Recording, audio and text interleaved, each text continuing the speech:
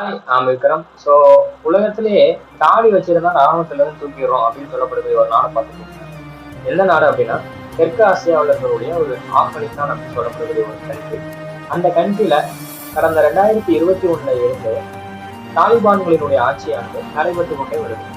அங்க இஸ்லாமியர்களுக்கும் ஒரு தனி சட்டமே இருக்குது. அந்த சட்டத்தை தவறுனாங்க அப்படின்னா தக்க நடவடிக்கை எடுப்பாங்க. இதுதான் அந்த நாட்டினுடைய ஒரு கான்செப்ட்.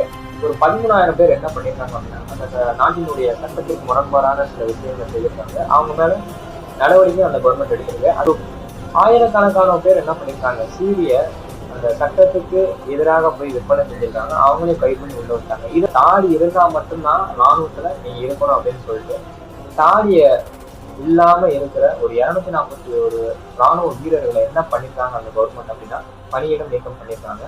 ஸோ இந்த ஷார்ட்ஸ் உங்களுக்கு பிடிச்சிருக்குன்னு நான் நினைக்கிறேன். சப்ஸ்கிரைப் பண்ணுங்க, ஷேர் பண்ணுங்க.